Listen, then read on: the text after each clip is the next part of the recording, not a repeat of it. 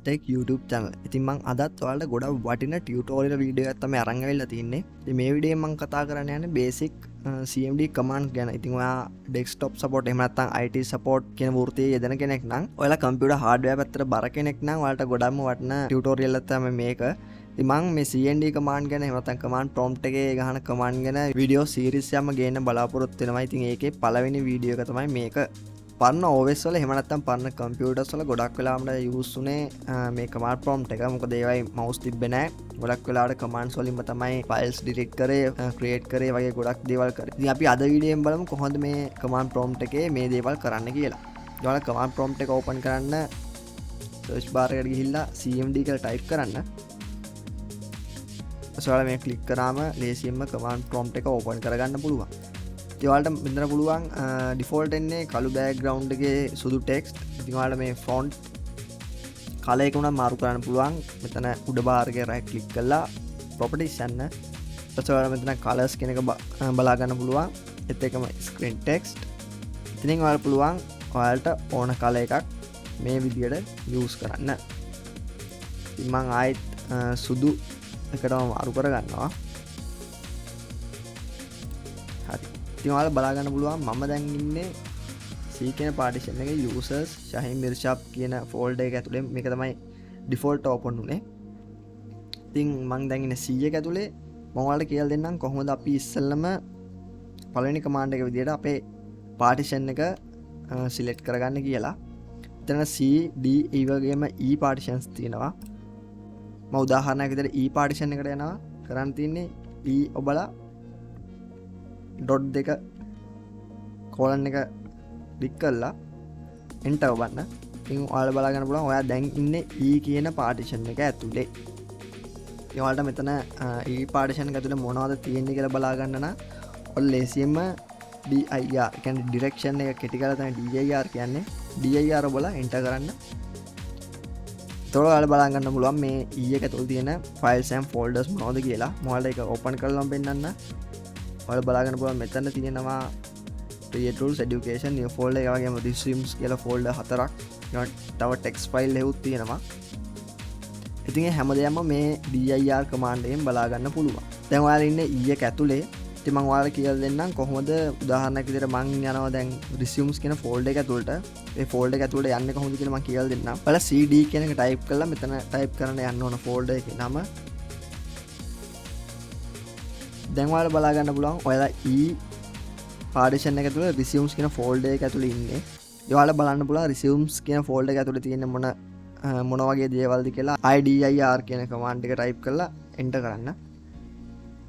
ඔයාලා බලා ගන්න පුළුවන් මෙතන files පහක් තියෙනවා. ඉතින් මේ files පහ තමයි මේ තියෙන්නේ. ඔයාලා ලේසියෙන්ම මේ dir කියන්නේ direction කෙටි කරලා dir කියන command එක type කරාම ඔයාලා පුළුවන් ඒ යම් folder එකක් ඇතුළේ තියෙන files ඒ වගේ මේ folder ඇතුළේ තියෙන මොනවද කියන වගේ දේවල් ලේසියෙන්ම බලා ගන්න.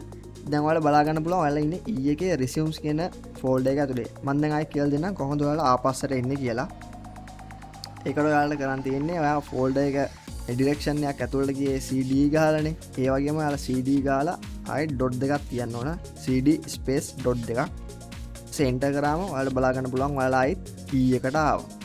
ඔයාලා මේ resumes කියන එක ඇතුළට යන්න ඕන නම් ඔයාලා කරන් තියෙන්නේ cd space resumes කියලා type කරලා enter කරන්න. දැන් ඔයාලා ආයෙත් ඒ resumes කියන folder එක ඇතුළේ තමයි ඉන්නේ.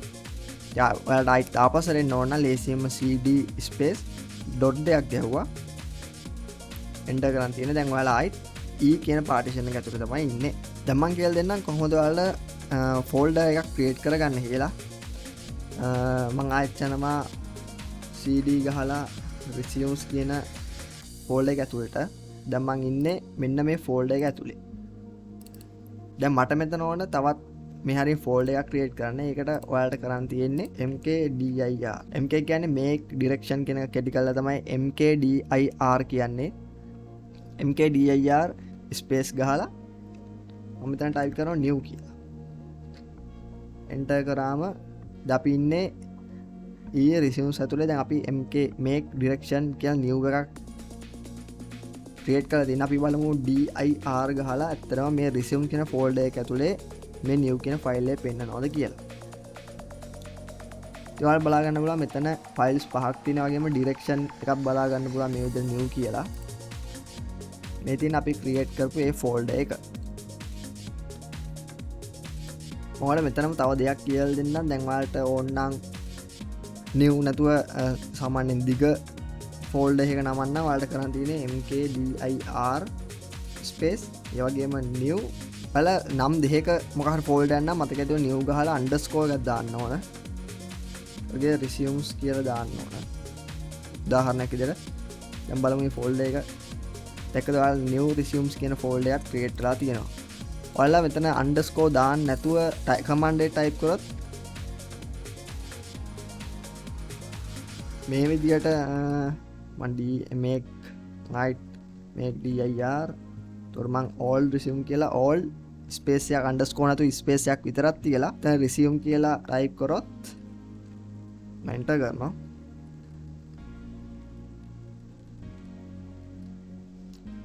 ඒක create වෙනවා ඒත් folders දෙකක් විදියට. ඒ නිසා මතක ඇතුව ඔයාලට තනි නමකින් කියන්නේ දිග නමකින් ඔයාලට folder එක create කරන්න ඕන නම් මතක ඇතුව මේ විදිහට mkdir දාලා all underscore resumes කියලා type කරලා enter කරන්න.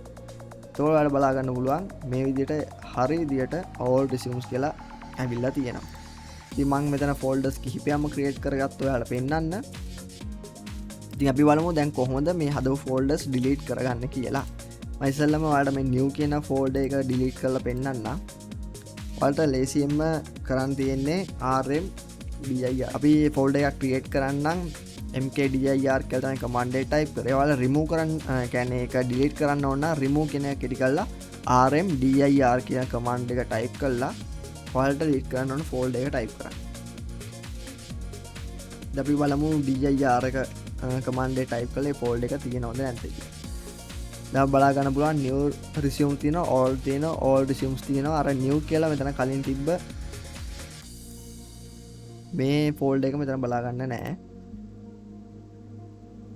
තව බලා ගන්න new කියන resume folder එක මෙතන නැහැ. ඒ වගේම මම අනිත් ටිකත් ඔයාලා remove කරලා පෙන්නන්නම්.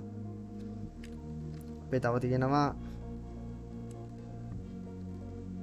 remove rm dir old underscore resumes.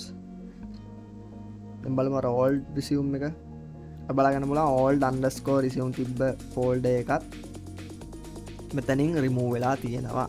මෙතන මගේ අතින් වැරදිලා new underscore resume කියලා විතරයි type වුනේ. ඒ නිසා මෙතනින් එහෙම delete කරන folder එකක් නැති නිසා තමයි ඔයාලා මේ වගේ error එකක් එන්නේ. ඉතින් මතක ඇන්තුව හරි විදියට ස්පෙනිස් ගහන්න ඕන.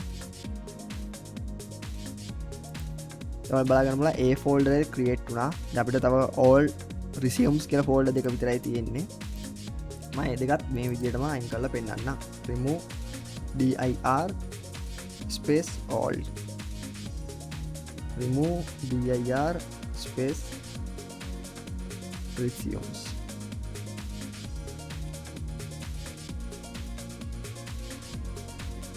දැන් බලා ගන්න පුළුවන් අපි create කරපු ඔක්කොම folders මේ විදියට remove වෙලා තියෙනවා. දැන් මම ඔක්කොම folders clear කරලා තියෙන්නේ.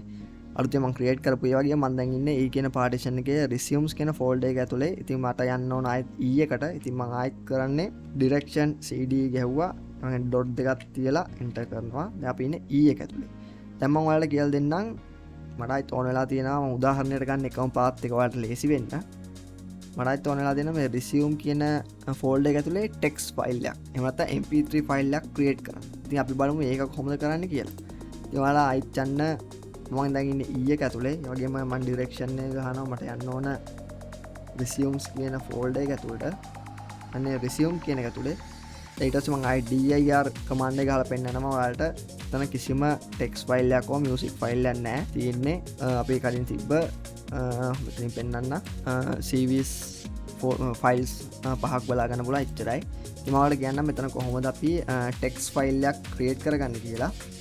කියන්නේ notepad එක උදාහරණයක් note එකක් ඔයාලට තියෙන්නේ dir type කරලා මේ command මේ symbol එක type කරලා මම මෙතන type කරන්න ඕන අපිට ඕන ටෙක්ස්ට් ෆයිල් එකක් කියන්නේ note යන්නේ note.txt يعني txt text නිසා තමයි අපි ඒකේ extension එක දාන්නවා txt කියලා. දැන් enter කරාම ඔය බලාගන්න පුළුවන් මෙතන note එකක් create වෙලා තියෙනවා. ඉතින් ඒ වගේම මේකක් විතරයි ඔයාලට පුළුවන් මෙතන ඕන විදිහට මම තව එකක් type කරලා පෙන්නන ඔයාලට dir වගේ ඉතලේ දාලා 123.txt කියලා මම enter කරාම ඔයාලට බලාගන්න පුළුවන් 123 කියලා මෙතන තවත් text එකක් type වෙලා තියෙනවා.